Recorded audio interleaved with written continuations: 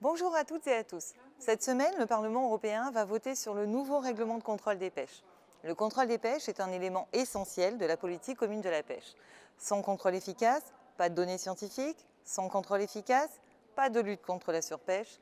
Sans contrôle efficace, pas de confiance possible entre les différents États membres. En bref, pas de politique commune de pêche. Le règlement de contrôle proposé par la Commission européenne et amendé en Commission de la pêche permet d'améliorer le régime actuel.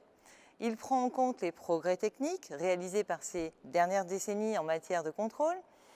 Il devrait aussi permettre d'alléger la charge administrative qui repose sur certains pêcheurs. Parmi les points positifs, il y a celui de la géolocalisation des navires. Aujourd'hui, les bateaux envoient leur position automatiquement une fois par heure. Les plus gros chalutiers avaient le temps de dévier de leur trajectoire et aller pêcher dans des aires marines protégées sans que cela soit repéré.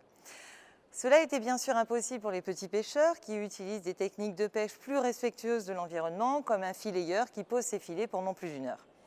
Le texte prévoit une transmission de leur position plus fréquente. Cela permettra que les aires marines protégées soient mieux respectées, mais aussi que l'ensemble des pêcheurs soient à égalité face aux règles.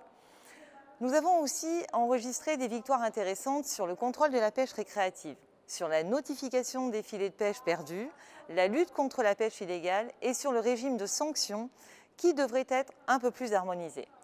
Mais le texte est encore loin d'être satisfaisant. L'un des premiers problèmes est celui des journaux de pêche, dans lequel les pêcheurs doivent inscrire plusieurs informations sur leur capture.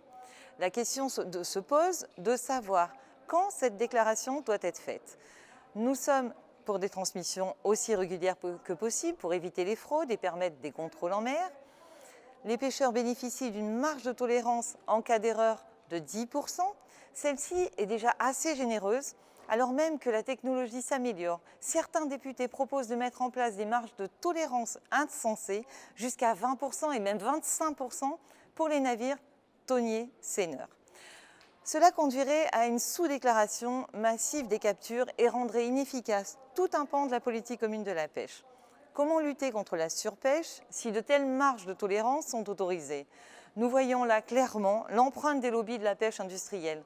Plusieurs députés de groupes et de partis différents avaient déposé le même amendement à la virgule près. Et le principal lobby de la pêche, Europêche, s'est réjoui du vote en commission. Nous espérons encore corriger le tir lors du vote cette semaine. Et puis un deuxième sujet, celui des caméras de surveillance. La Commission européenne proposait d'introduire des caméras sur les plus gros navires. Ces caméras qui filmeraient le poisson, mais pas les pêcheurs, doivent permettre d'améliorer les contrôles et mieux faire appliquer l'obligation de débarquement et l'interdiction des rejets sur ces gros navires. Malheureusement, la Commission pêche veut rendre cela purement facultatif. Là aussi, nous espérons corriger le tir en plénière. Nous espérons aussi améliorer la protection des espèces sensibles, comme par exemple les dauphins, les tortues ou les oiseaux de la mer. Il faut réduire ces captures accidentelles de toute urgence.